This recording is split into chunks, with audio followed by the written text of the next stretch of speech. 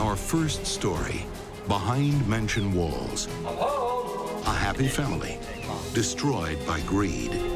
He loved money. He talked about money. He liked to show off money. One of the witnesses called him the greediest person he had ever met. And later, a life of entitlement breeds a master plan for murder. The whole thing was about the thrill of being about to do a murder. How could people of such a privileged position do such a thing? I'm Christopher Mason. Sometimes the self-centered children of wealth grow up to believe they're better than everyone else, including the police. Will they dare try to commit the perfect crime?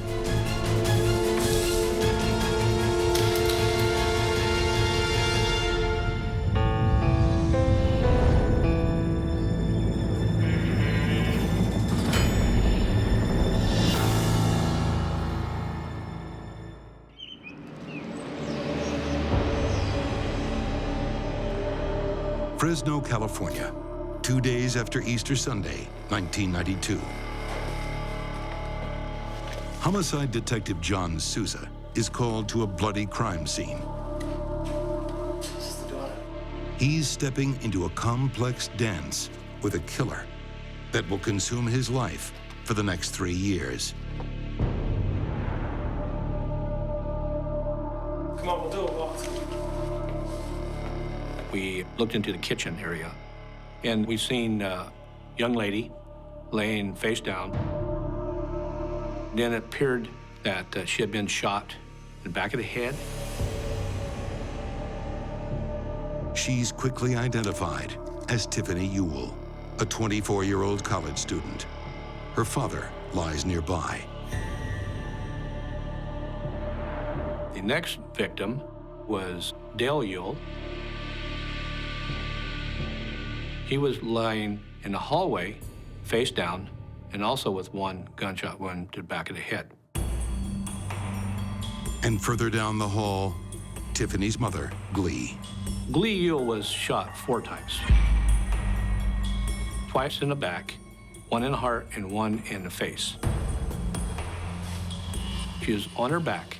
She had her car keys in her hand. Where's she coming or going? This wasn't, gangsters killing gangsters. This was something that happened in a nice neighborhood. It was something that happened to a nice family.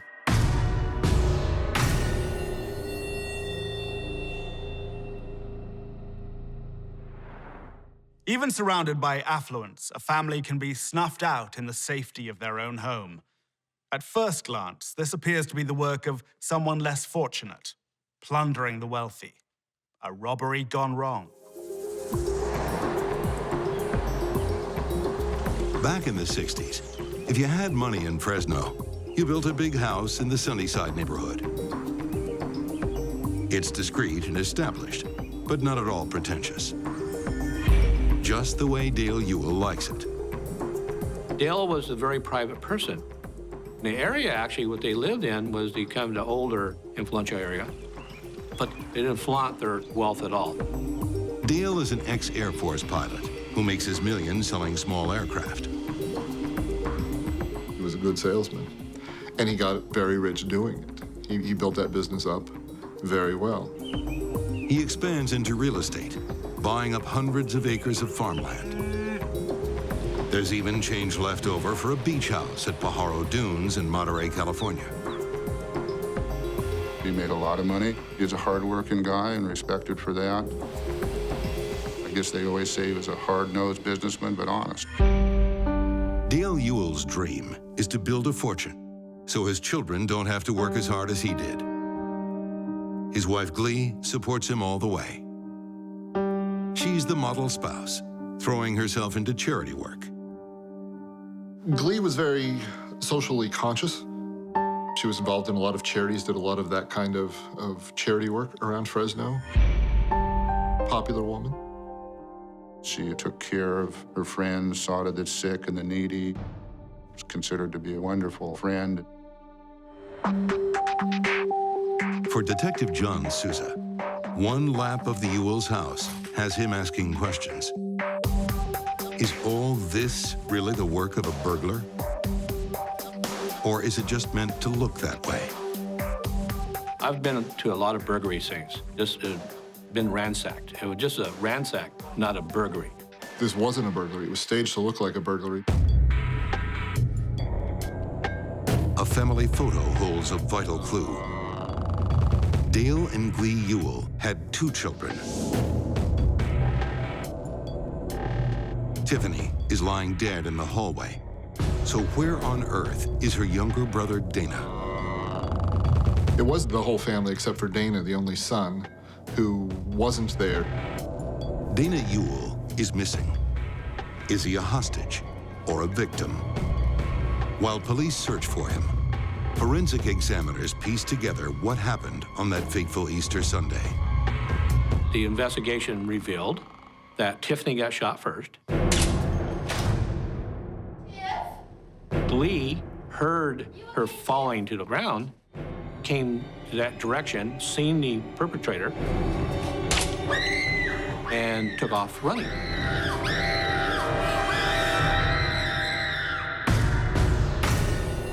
That's when she got shot and killed in the office. At this moment, Glee's husband Dale still hadn't arrived home. Dale came at a later time. We speculated anywhere from 15 minutes to a half hour. And so the crook waited for him to get there.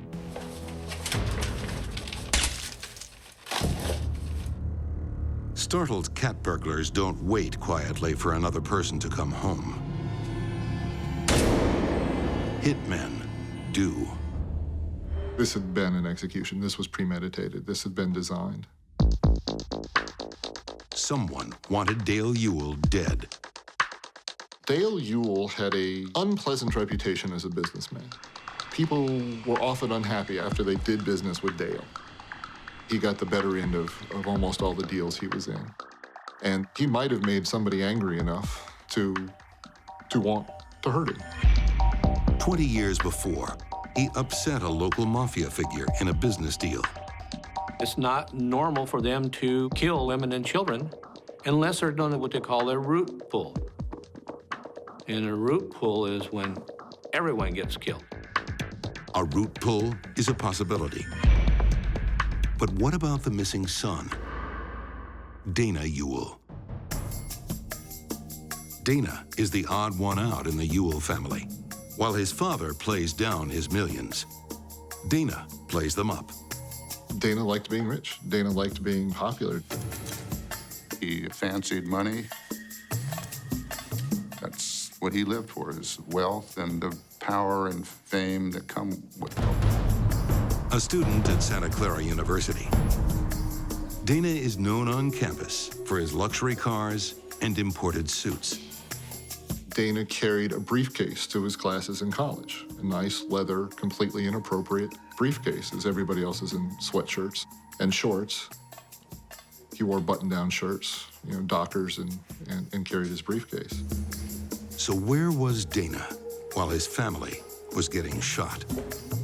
He had gone with his girlfriend, who was the daughter of an FBI agent, to her house for Easter dinner. While his parents and sister were being murdered, he was having dinner at an FBI agent's house, hundreds of miles away. That's a pretty good alibi. It's about as airtight as you can get.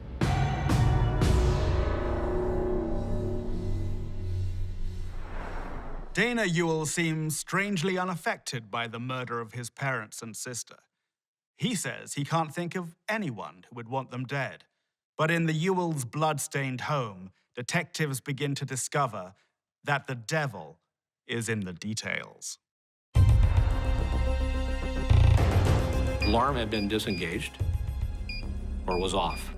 There was no forced entry. The house was locked. Strange. And there's also something odd about the bullets that are used to kill the Ewells.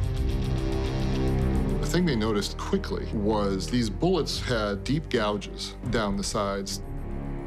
The striations on the marks indicated to us that it was a suppressor or silencer used. It's the preferred tool of a hitman. a silencer, so the neighbors won't hear. The bullets that were recovered, they were able to determine that they were from the box of bullets in the house. Dale Ewell and his family were killed with Dale's own bullets. But Dale's gun doesn't have a silencer.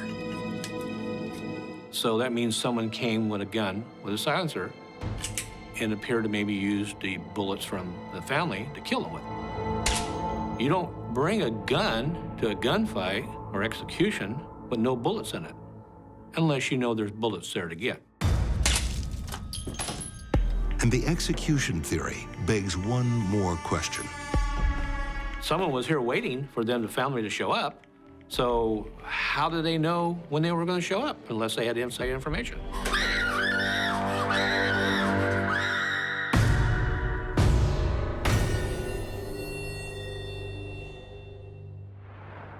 This family hitman is clearly someone who knew too much. The mounting evidence keeps driving home one confounding point.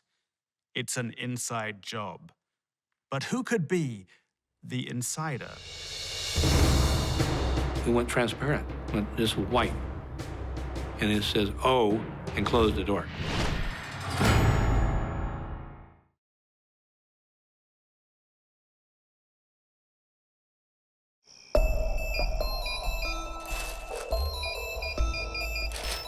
Easter Sunday, 1992. It was an execution. The Ewell family returned from their beach house. I'm just gonna make a sandwich, I'm starving. One gunshot went to the back of the head. One by one, Glee had seen her daughter get shot. they are executed. They wanted the whole family killed. By a killer who seemed to know just when they were coming home. The purpose of the killing was not some random act, but it was an intentional killing of the entire family. A cold-blooded hit on a wealthy family, carefully planned, with inside knowledge. Why? Is it a grudge, a mob hit, or simple greed? Dale Ewell is said to have had a tangle with a local gangster. I was familiar with this alleged mafia figure. He's considered a hothead. He would not have waited 21 years to kill the family. And then, secondly, he wouldn't kill the family. His anger was on Dale Ewell, not Glee or Tiffany. This time around, the mob's hands are clean. But Detective John Sousa has his eyes and ears wide open. The day after his entire family has been discovered shot dead, 19-year-old Dana Ewell returns to his family's home. Who's that? I was your mother. And so we go through this house, and there's several things that are just very strange. What are they doing? The first thing that turned their heads his way was when Dana walked through his mother's blood, You can't go in there. rather than step over it like almost any other victim would do. We thought that was unbelievable. Hey, where's he going with that? I want an itemized list of everything that's taken from this house. No tears, I'll see what I can do. no emotion at all. Just like it's all, everything is matter of fact. Now suspicious, detectives comb through Dana's past. They discover a young man whose heart only beats for one love: money. He wanted to be successful. He loved money. He talked about money. He liked to show off money. Marcy Bonilla dated Dana in junior high. He would lie when he could get away with it. He would manipulate. He just wasn't a very trustworthy person. Marcy remembers Dana's strange fixation with his wealthy father. It seemed like he would wear his dad's clothes. The pants he always wore were so big on him. One day he wore his dad's Rolex to school that would just hang from his arm. It was like he was trying to be his dad, I guess. Fill his dad's shoes. Once in college, this leopard does not change his spots. While he was in college, he got featured in one of the local papers as a self-made millionaire. Check this. you know, that he sold airplanes and he built this business up and made millions of dollars, and that he was doing stock deals between classes while he was in high school. It was all a lie. Wait, you made this up? Hey, jump in. Give you a lift to class. Okay. I'll see you guys later. He had claimed all these things that his father had done. He was sort of taking his father's legacy, if you will. Hey, Junior, you ready, old man? Dana wants to be just like his father. Not because he loves the man, but because he loves his money. Good luck, Pop. They asked themselves, why would he do this? What was the motive? The family's wealth was a strong motivation. I mean, there was millions of dollars in the family's estate that would go to Dana. Is $8 million motive enough for murder? And if it is, how was Dana able to plan the perfect crime? Well, I've observed one thing about the wealthy. They often rely on hired help. Well, I want an itemized list of everything that's taken from this house. Once the detectives started looking at Dana as a possibility because of the way he had acted, because of some of the things he had said, they obviously knew they needed to find the actual gunman because Dana's alibi was airtight. So they went to Dana's college and started asking around. At college, Dana plays the rich big shot, which makes one choice of friend very curious. Dana being the $200 shirt and $100 tie guy, he's running around a guy cut off Levi's and just a slob. This slob is named Joel Radovich. When I got a hold of him, I said, well, I understand that, you were good friends with Dana, and, his parents got killed. And I said, yeah, I heard that. And he goes, are you going to arrest me? That makes detectives suspicious.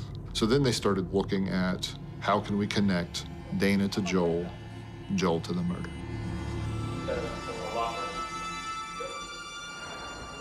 So begins a game of cat and mouse that drags on 3 long years.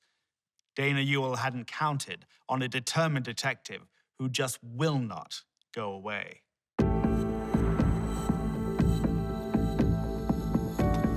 Dana made numerous comments to people that we would never solve this case because we're not smart enough, and that the only reason we were cops because we weren't smart enough to get any other job.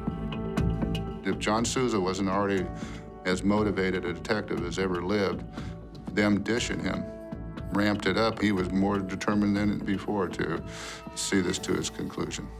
This was boy against man. John Sousa is like a dog with a bone, and Dana's friend Joel is looking more and more like the hitman. His alibi for the night of the murders is weak. That's the silencer right there. He's ordered books about building pistol silencers, and he and Dana act like people with something big to hide.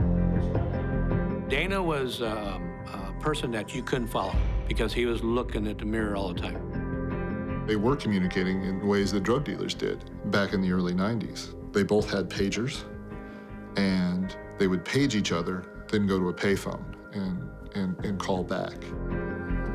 Those tactics may dodge a modern wiretap, but they're no match for old-fashioned eavesdropping. They'd have an agent go up and use the phone next to him, pretend to carry on a conversation, try and hear, Dana or Joel talking.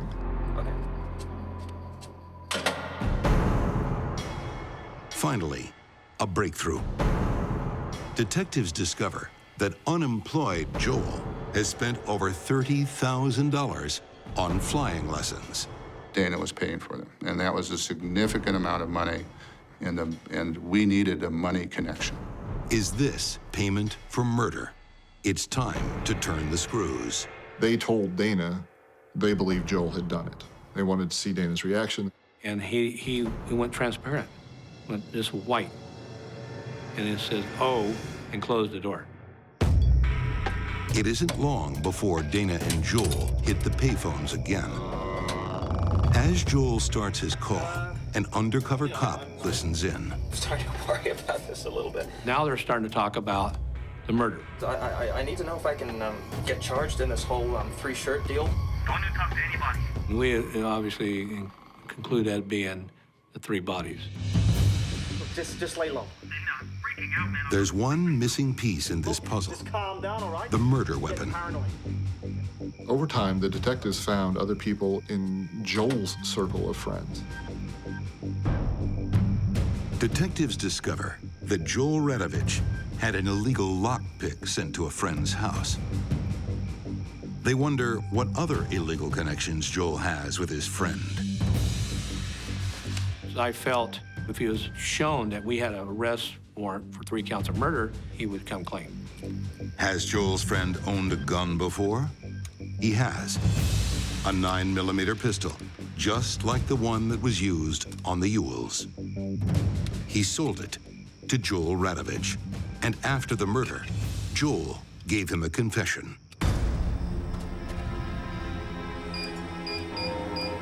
He eventually said that Joel had confessed. He told him he had committed these murders.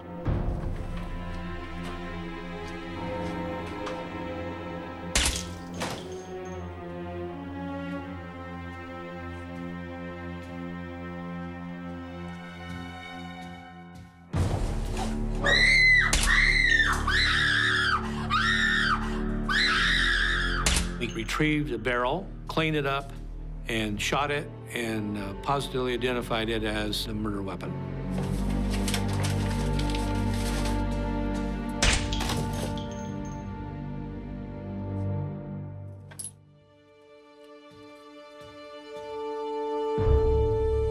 Dana Ewell is arrested amid the wreckage of his perfect crime. After years of tenacious police work, the evidence is overwhelming, and a stubborn underdog cop handcuffs a guilty man. Dana's position to this day is that he's innocent, that there's nothing for him to be remorseful about in the murder of his parents. What he did was obviously very evil. And the one that made me madder than the fact he killed his parents, he killed his sister. So he wouldn't have to split the $8 million. That's the only reason she died. That was, to me, was evil. That's strictly about money, period.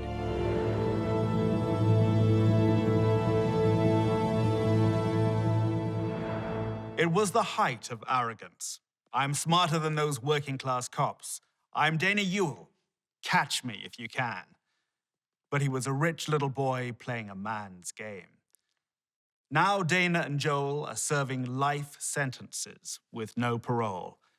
They will die in prison.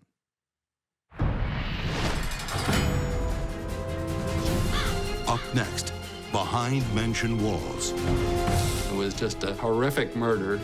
Rich kids look for new kicks. The crime was every parent's worst nightmare. And play a deadly game.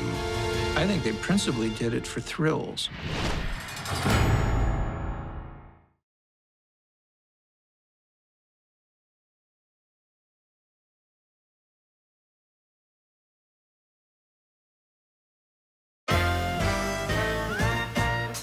Chicago, the Roaring '20s. America's barons of enterprise are making money hand over fist. It's a happy time for the city's elite. But on May 22nd, 1924, millionaire businessman Jacob Franks fights a sick feeling in his stomach. Dear sir, as you no doubt know by this time, your son has been kidnapped. His 14-year-old son, Bobby, has disappeared while walking home. He is at present well and safe. Now, there's a ransom demand for $10,000. Or else. Should you, however, disobey any of our instructions, his death will be the penalty. $10,000 then would be the equivalent of over $100,000 today. While most parents will pay anything to save their child's life, wealthy parents hold much larger checkbooks. And the Franks would seem to have no trouble ponying up. Young Bobby Franks had the world at his feet. After a school day at Harvard Boys, he'd walk home to the family mansion in elite Kenwood. His father is a retired industrialist and president of the Chicago Public Library. The Franks want for nothing. But status and wealth can't stop heartbreak or murder. The crime was every parent's worst nightmare. Just hours after the Franks received the ransom note, Bobby's dead body is found in Wolf Lake, a remote parkland outside the city. He is beaten and horribly disfigured, as if acid has eaten his flesh. What could horrify parents more than the thought that their child, simply walking home from school, could be picked up and murdered?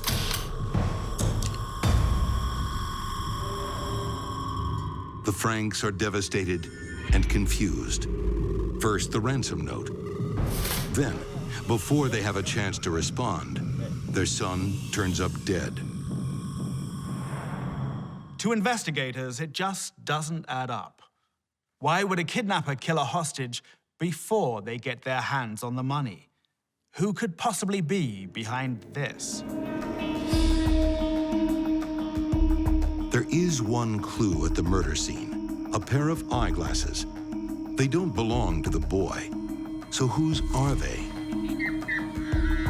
Then there's Wolf Lake itself. Who would know it well enough to hide a body here? Police discover that it's a haven for bird watchers. The thing about bird watching, it is a genteel preoccupation of the leisure class going back centuries. One particular bird watcher catches their attention. Another rich teenager, Nathan Leopold. Nathan Leopold came out of one of the most wealthy families in all of Chicago. His father owns the biggest paper mill in Illinois.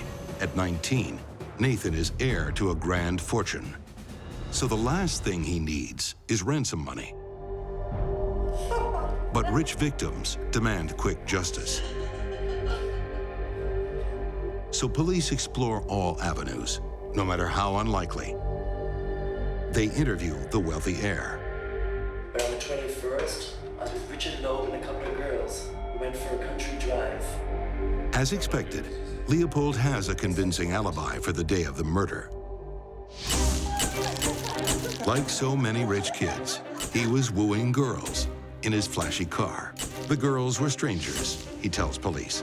Conveniently, he can't remember their names. But he does identify his good pal and driving buddy, Richard Loeb. Another teen aristocrat with impeccable credentials. Richard Loeb is a popular, cocky, good-looking guy, a guy who liked to hang out with girls, very privileged kid, and probably spoiled because of the wealth the family had. Richard's father is a vice president of American retail icon Sears Roebuck. Two rich kids picking up girls, nothing unusual there. It seems like a dead end. But behind mansion walls, what is murder to you and me can be just a parlor game. The cops have no idea they're being played for fools, that a killer is toying with them.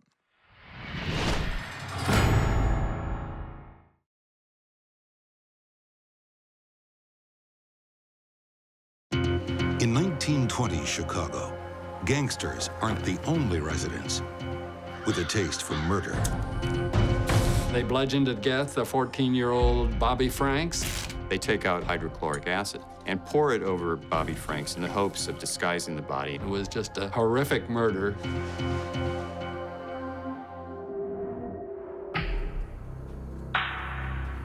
For months before the slaying of a young aristocrat, two rich teenagers are plotting. The two of them are said to have had a sexual relationship with one another. I don't get the same thrill out of this as you, Dickie. But sex is just one secret Nathan Leopold and Richard Loeb are keeping to themselves. Richard Loeb would promise to provide sex for Nathan Leopold in return for Nathan Leopold's agreeing to participate in a certain number of crime adventures with Richard Loeb. They're bourgeois criminals, using their superior class and education to outsmart the law. Leopold, he had a measured IQ of 200. He graduated from the University of Chicago at 18. Richard Loeb has a passion for crime novels. Richard Loeb had a fantasy life. He really liked detective stories. He was pushed into the classics, but his real love was the detective stories. This doesn't excite me. It excites you. Yeah, well, I know what excites you. I've seen it often. When wealth gives you any plaything at the snap of your fingers, everyday life seems dull as dishwater. Excitement comes when you start playing games with society's taboos. The boys had committed increasingly ambitious crimes. What are you proposing? Arson, car theft, but yet they hadn't committed a crime that really they thought matched their own intellectual potential. Loeb's passion for crime stories incites them further. They wanted to commit the perfect crime, a crime that would be an elaborate crime, a crime that would make people say, wow, what a crime. And such others Should you, however, disobey any of our instructions, even slightly, So the finest education money can buy is perverted into kidnap and murder for an amusing goal: committing the perfect crime. I think every once in a while, the wrong people meet. And I think that's true for Leopold and Loeb. In the days following little Bobby's death, Leopold and Loeb's game is in full play. He was arrogant, selfish. Part of the fun is to be involved in the investigation. Loeb offers his opinions to journalists. I mean, if I was going to murder anybody, he's exactly the kind of cocky son of a bitch that I would pick. I think Loeb inserted himself into the story by talking to journalists, both as a way to stay close to it and try to get information from them. But these whiz kids aren't quite as smart as they think.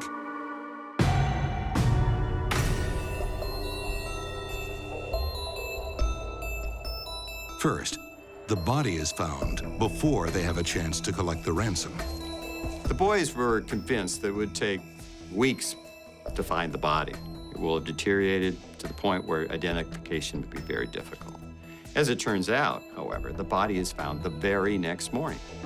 And one of them has made a schoolboy error. Police have been investigating those glasses. The lenses apparently were unremarkable. The frames were not remarkable, but the hinges on the frames were remarkable. Old-fashioned detective work brings a breakthrough. Only 3 people in Chicago were prescribed glasses with such an extravagant hinge. And one of them is none other than Nathan Leopold. Did you lose your glasses? No, Have you got them? not on me. For that to be discovered so quickly at a time when there's, of course, no computer, no DNA, none of the other crime methods was really extraordinary. Do you know how busy I am? I've got an appointment at 3 o'clock. As suspicion falls on Leopold and his friend Loeb, police challenge their alibi. Perhaps they weren't picking up girls the day of the murder, but their victim. The turning point in the investigation probably was when the Nathan Leopold family chauffeur came forward to police. He could prove that Nathan Leopold's car was sitting in his garage the entire day in which the crime was committed. Far from exonerating young Leopold, the chauffeur helps tighten a noose around his neck. after you.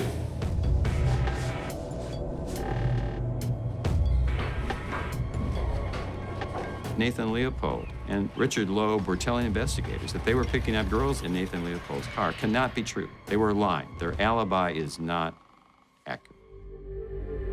It's no good holding out, Richard. Leopold is the owner of those glasses. Your alibi has fallen apart. Experiencing the kind of interrogation he relished as an avid crime reader, Richard Loeb crashes to earth. He realizes they haven't pulled off the perfect crime. Come clean. In fact, one imperfection follows the next. Typewriters are like people. They leave fingerprints with every letter. The ransom note was pecked on an Underwood machine, just like Nathan Leopold's. This is Daniel. The glasses, the false alibi, the ransom note trace. Who's smartest now? They thought the police were dullards, not in their league. Leopold and Loeb made their own rules and their own morality. Now the cops look like they're winning this game. But when it comes to trial, never underestimate the power of money.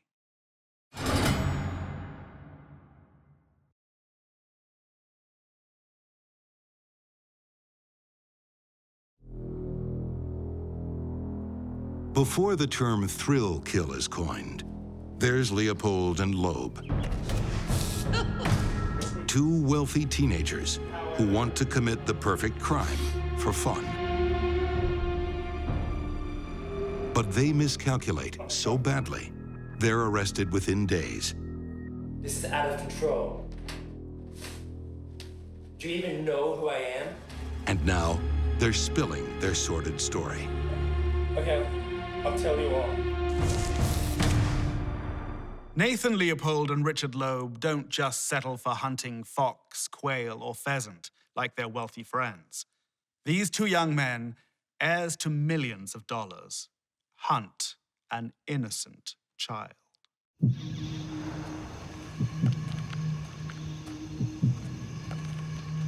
Leopold and Loeb wait in a rented vehicle as 14-year-old Bobby Franks walks home.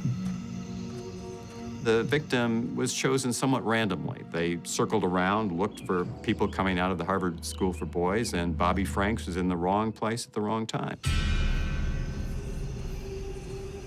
They know Bobby from their tennis club. Hey, Bobby, come on, I'll give you a lift. Hop in. Oh, I can walk. I live just up the road. I think the whole thing was about the thrill of plotting a kidnapping and murder, the thrill of actually luring Bobby into the car. Come on, I want to talk to you about a tennis racket you had yesterday. The thrill of being about to do a murder.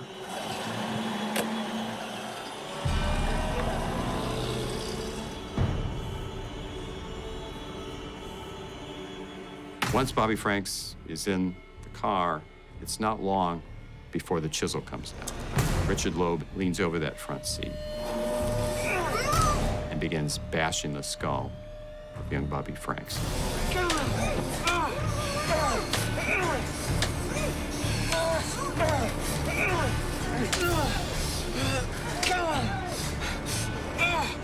here, arrogant little son of a bitch! He lives for a while, longer than the boys expected him to. Eventually, Loeb grabs cloth, sticks it in the mouth of Bobby Franks, and he dies, either of suffocation or blows. The clumsy murder is just the start to this imperfect crime. The fact that these two young men were so very smart didn't really give them much of an advantage. I've seen dumb criminals who made fewer mistakes than these two kids.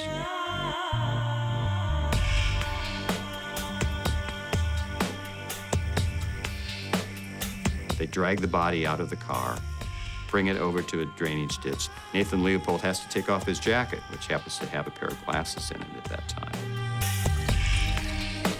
They take out a bottle of hydrochloric acid and pour it over Bobby Franks's face and genitals in the hopes of disguising the body.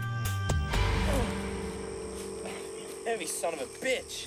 So Bobby Frank's naked, acid-ridden body is stuffed into that culvert and left. Just let me do it.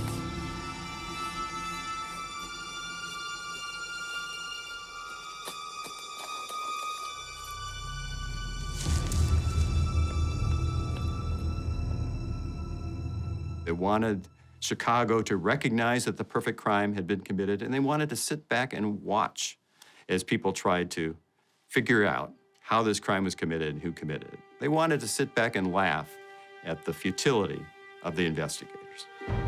Now, as they await trial, no one is laughing.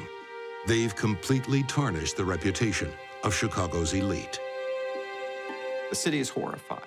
How could people of such a privileged position do such a thing? What's wrong with these families? What's wrong with our society that such a thing could happen?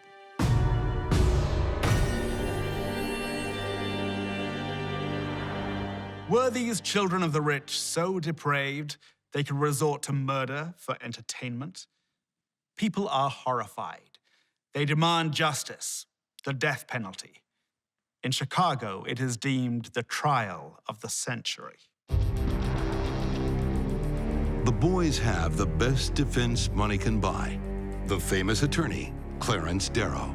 He was very much against the capital punishment and wanted to use this case as a way of avoiding capital punishment. And at the time, this was easily as big as the O.J. Simpson case. Darrow convinces Leopold and Loeb to plead guilty, so they avoid a jury trial.